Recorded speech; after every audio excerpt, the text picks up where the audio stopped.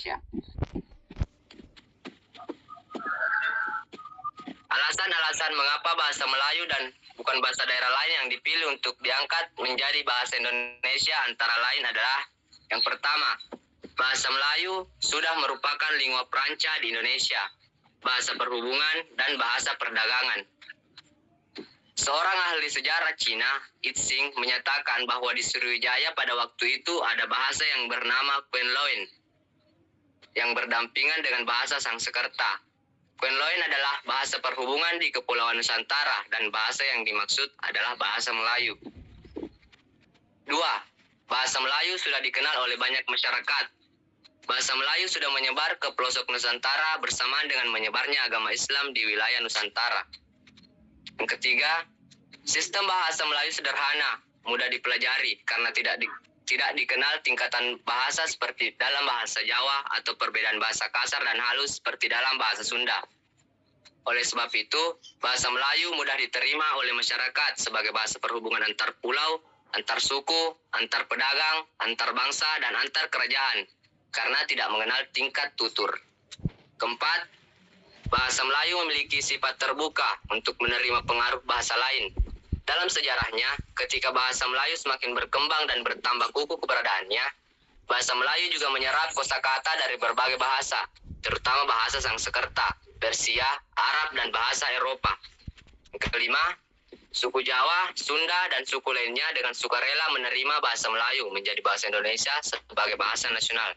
Dan keenam, yang terakhir, bahasa Melayu mempunyai kesanggupan untuk dipakai sebagai bahasa kebudayaan dalam arti luas. Next.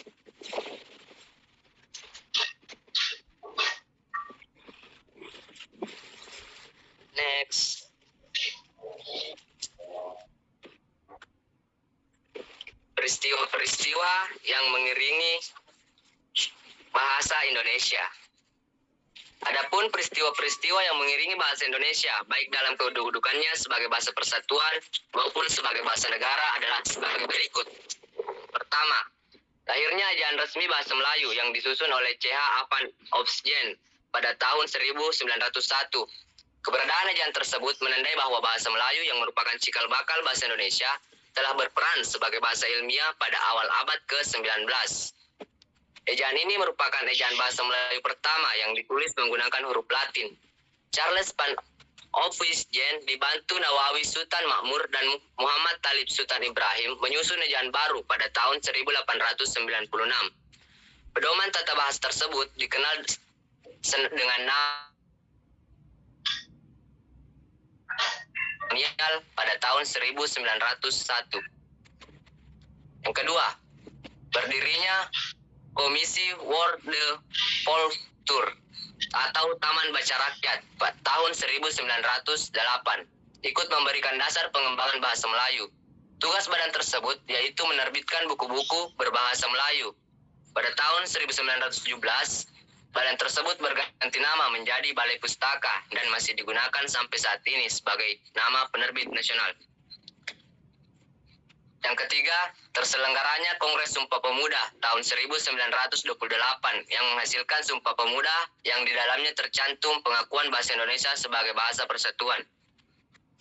Yang keempat, terbitnya majalah Pujangga Baru tahun 1933 yang banyak menghasilkan karya berbahasa Indonesia serta menanamkan semangat kebangsaan. Yang kelima, ditandainya Undang-Undang Dasar 1945 tanggal 18 Agustus 1945 yang di dalamnya tercantum pengakuan bahasa Indonesia sebagai bahasa resmi negara, merupakan peristiwa sejarah diangkatnya sebuah bahasa sebagai salah satu simbol kenegaraan. Yang keenam, lahirnya ejaan Republik yang diresmikan pada 19 Maret 1947 menggantikan ejaan Van Opsjen oleh Menteri Pendidikan dan Pengajaran Republik Indonesia yaitu Suwandi. Yang ketujuh, lahirnya ejaan yang disempurnakan atau EYD yang diresmikan pada 16 Agustus 1972 dan dikuatkan dengan keputusan Presiden nomor 57 tahun 1972. Yang ke-8 yang terakhir, diresmikannya Pedoman Umum Ejaan Bahasa Indonesia yang disempurnakan dan Pedoman Umum Pembentukan Istilah pada 16 Agustus 1972. berdasarkan putusan Presiden nomor 57 tahun 1972. Semula, ejaan disusun bersama antara Malaysia dan Indonesia yang dikenal sebagai ejaan Melindo, Melayu Indonesia. Akibat perkembangan politik, hubungan Indonesia dengan Malaysia menjadi buruk, sehingga peresmian ejaan Melindo diurungkan. Dengan IED, ejaan dua bahasa serumpun yakni bahasa Indonesia dan bahasa Melayu dibakukan sendiri-sendiri. Next.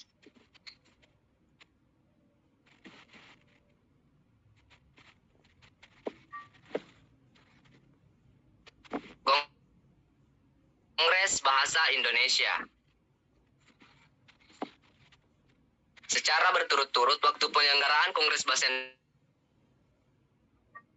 Yang pertama, Kongres Bahasa Indonesia.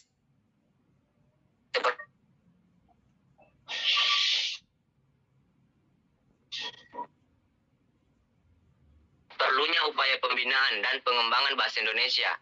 Kedua, Kongres Bahasa Indonesia kedua diselenggarakan di Medan, tepatnya pada tanggal 28 Oktober sampai 2 November 1954. Dengan hasil, perlunya diupayakan penyempurnaan bahasa Indonesia, khususnya bahasa Indonesia ragam tulis.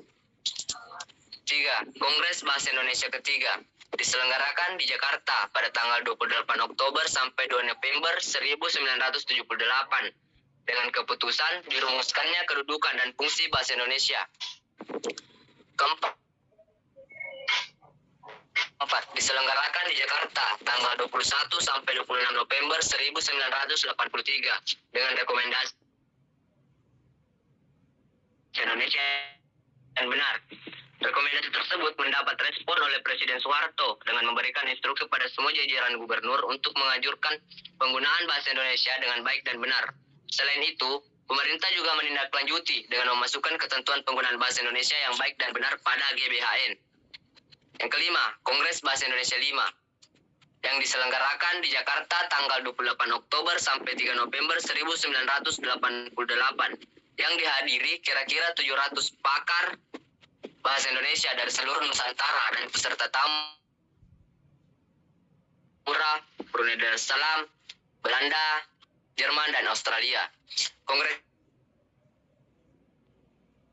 akannya karya besar Pusat Pembinaan Indonesia berupa Kamus Besar Bahasa Indonesia dan Tata Bahasa Baku Bahasa Indonesia. Yang keenam, Kongres Bahasa Indonesia 6 diselenggarakan di Jakarta pada tanggal 28 Oktober sampai 2 November 1993. Dalam Kongres disepakati bahwa Pusat Pembinaan dan Pengembangan Bahasa Indonesia kan statusnya menjadi Lembaga Bahasa Indonesia, serta mengusulkan disusunnya Undang-Undang Bahasa Indonesia. Yang ketujuh, Kongres Bahasa Indonesia 7 diselenggarakan di Jakarta tanggal 26 sampai 30 Oktober 1998. Dalam kongres ini mengusulkan untuk dibentuknya Badan Pertimbangan Bahasa dengan anggota tokoh masyarakat dan pakar yang mempunyai kepedulian terhadap bangsa dan sastra Indonesia yang bertugas memberikan nasihat kepada Pusat Pembinaan dan Pengembangan Bahasa serta mengupayakan peningkatan status kelembagaan Pusat Pembinaan dan Pengembangan Bahasa. Yang kedelapan, Kongres Bahasa Indonesia ke-8 diselenggarakan di Jakarta tanggal 14 sampai 17 Oktober 2003 yang menekankan pada perlunya pembelajaran bahasa Indonesia untuk orang asing. Yang kesembilan, Kongres Bahasa Indonesia 9 diselenggarakan di Jakarta pada tanggal 28 Oktober sampai 1 November 2008. Pada kongres ini direncanakannya diluncurkannya kamus elektronik dan disahkannya Undang-Undang Bahasa. Namun pengesahan Undang-Undang Bahasa gagal karena belum selesai dibahas pada tingkat DPR. Setelah ditunda selama setahun, akhirnya pada November 2009 disahkan Undang-Undang Nomor 24 Tahun 2009 tentang bendera, bahasa, dan lambang negara serta lagu kebangsaan. Yang ke-10, terakhir, Kongres Bahasa Indonesia 10 diselenggarakan di Jakarta tanggal 28 sampai 31 Oktober 2013. Kongres ini menekankan pada penguatan bahasa Indonesia dalam percaturan internasional. Next. Kedudukan bahasa Indonesia. Bahasa Indonesia sebagai bahasa nasional. Kedudukan bahasa Indonesia sebagai bahasa nasional adalah media penghubung antar warga, antar daerah, dan antar budaya, serta pemersatu suku, budaya, dan bahasa di Indonesia. Bahasa Indonesia sebagai bahasa negara. Kedudukan bahasa Indonesia sebagai bahasa negara adalah sebagai bahasa resmi kenegaraan dan dipakai dalam segala kegiatan kenegaraan baik lisan maupun tulisan. Next.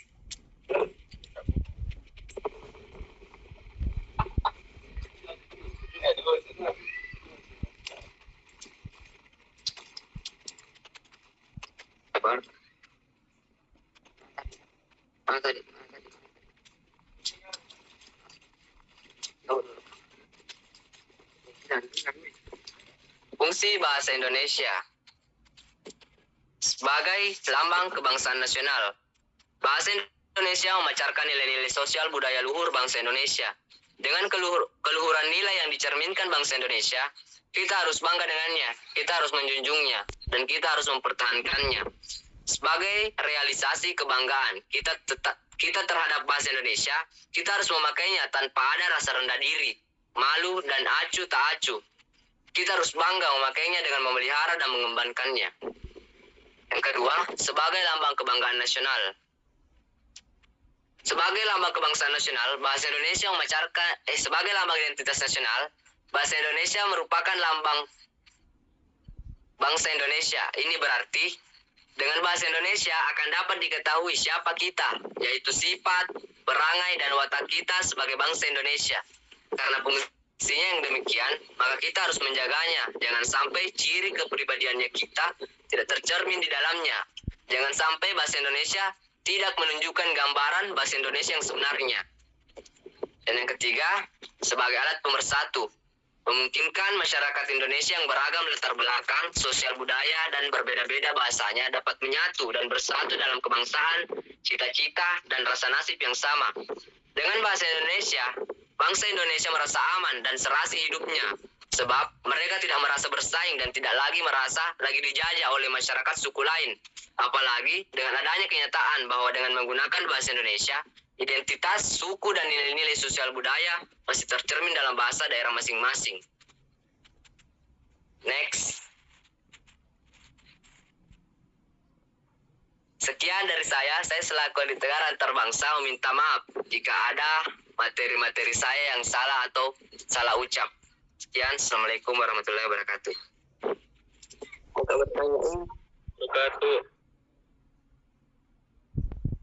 Tegar ganteng. Mana Bapak?